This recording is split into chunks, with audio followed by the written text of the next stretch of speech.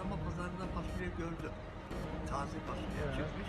Yarım kilo da taze fasulye. तुर्क police का ये अफसर इस बूढ़े शख्स के घर के बाहर मौजूद है।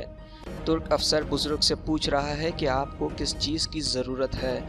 बुजुर्ग इस अफसर को अपनी ज़रूरत का सामान बता रहे हैं। पुलिस अफसर बुजुर्ग की ज़रूरत का सामान नोट करके उनके घर तक पहुंचाएगा ताकि बुजुर्ग को कोरोना वायरस के बाइस लॉकडाउन में किसी किस्म की परेशानी ना हो और ना ही उन्हें घर से निकलना पड़े ताकि वायरस से भी महफूज रहें। कोरोना वायरस की वजह से पाकिस्तान समेत पूरी दुनिया में लॉकडाउन है। दुनिया की 2 अरब आबादी अपने घरों में बंद हो चुकी है। ऐसे में गरीबों के लिए घरों में राशन पहुंचाना एक मुश्किल काम बन चुका है।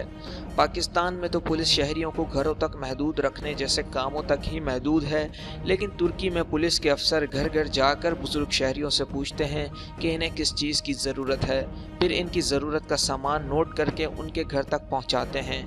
यकीनन तुर्क पुलिस का ये अमल इंसानियत की खिदमत की एक बेहतरीन मिसाल है।